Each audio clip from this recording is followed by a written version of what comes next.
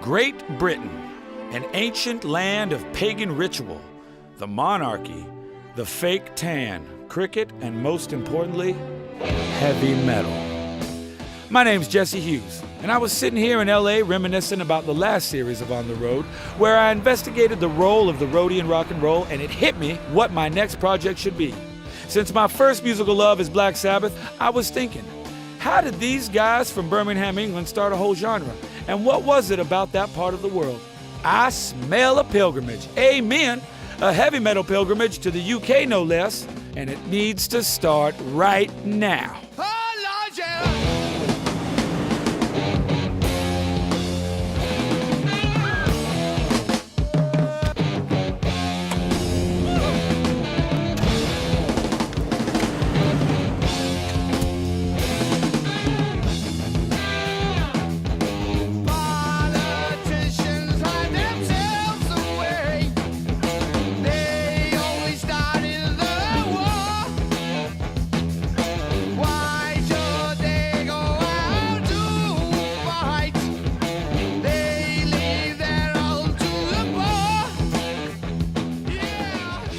So, I'm off on a mission of rock and roll discovery to the UK to unearth the roots of Black Sabbath and the scene they spawned.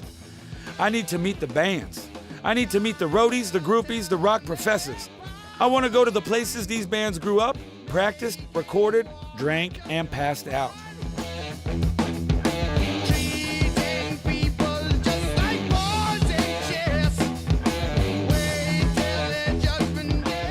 Before I leave for London, there's one man I need to meet. One of my all-time musical heroes, the man who formed the backbeat of the band that changed my life, the swinging dick himself, the one and only Mr. Bill Ward. Have you here today so that we can talk about the birth of heavy metal and Black Sabbath as the creators of it. What is it about the Midlands that produced this unique situation? This is the heart and soul of industry. And when it rained, it was just dirty. And it's everything that you need to have as far as thinking about vampires or thinking about just everything, man. When did you decide you wanted to make rock and roll? When I heard Little Richard stuff. Right.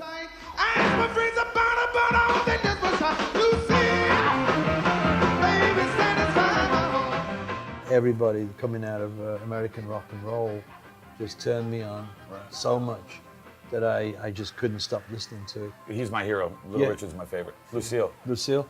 That was dark to me. Yeah, it is dark. I think it is. So you were able to see a darkness in the rock and roll a little bit and get in touch with it. I want to jump to the first Black Sabbath album. That album's heavier than anything. Did you guys realize it at the time that you were onto something? We knew it was different because at the time, most people didn't like the music and most people were scared by it. When we played Black Sabbath, man, every bit of anger came out of us. There was no mercy for my drum kits. No mercy. I would just stand on those cymbals, man.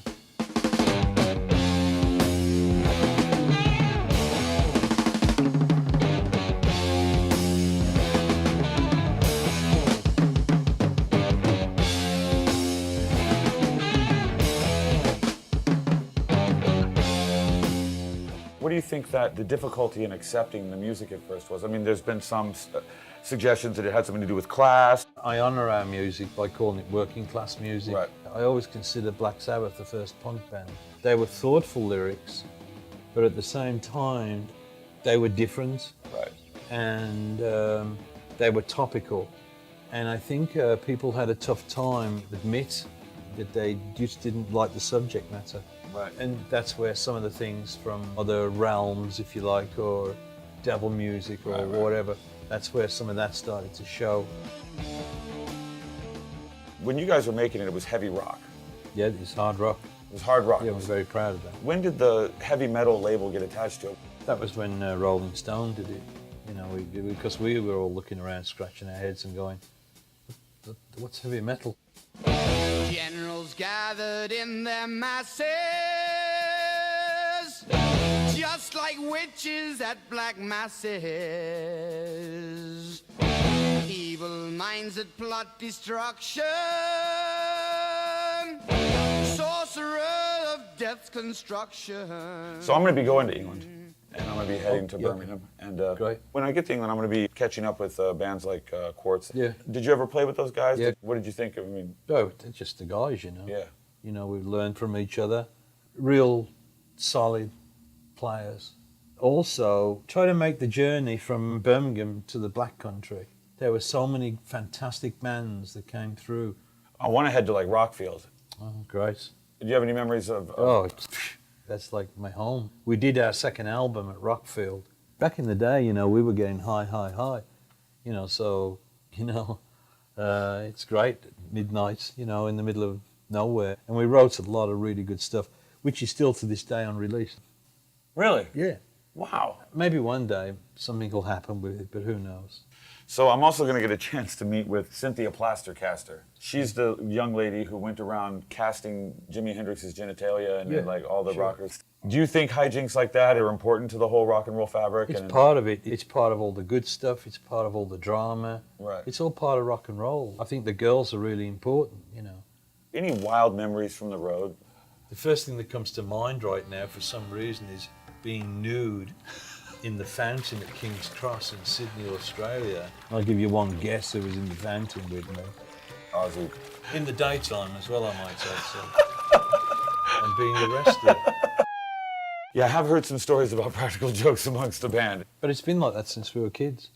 Because there's kind of a famous one of you walking into the studio and Tony Iommi going, "Hey Bill, can I light your leg on fire?" And you're like, "Well, let me do my bit first." And then you're leaving, and as you're leaving, you're like jokingly say, "Hey, did you still want to light my leg on fire?" And they lit your leg on fire, and it burned you really bad. Yes, that one didn't work.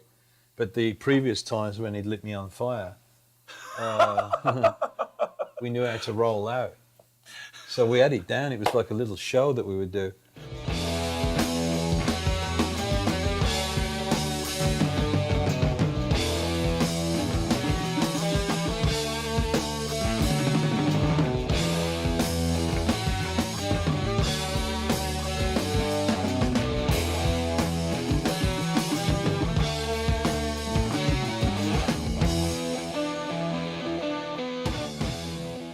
But do you have any regrets? There have been some very uncomfortable situations in the last 6 months. Right. We'll see how that works out, you know, but I stand for myself today. So as much as I love them, Do you still want to keep going? What do you want to do?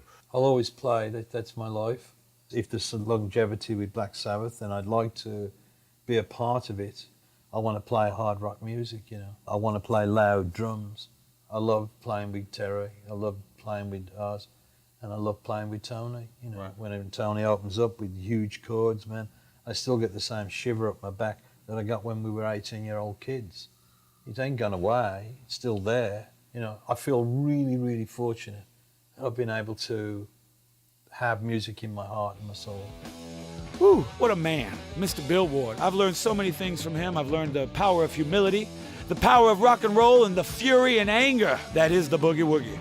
And so with his blessing, I head to the airport with a notebook full of amazing places and people to visit and a total rock and roll boner in my pants. I'm talking about places like Aston, the Black Country, bands like Quartz, Diamond Head, a studio called Rockfield. You know what I need from you, my friends? I need y'all to wish me luck. Pray for me.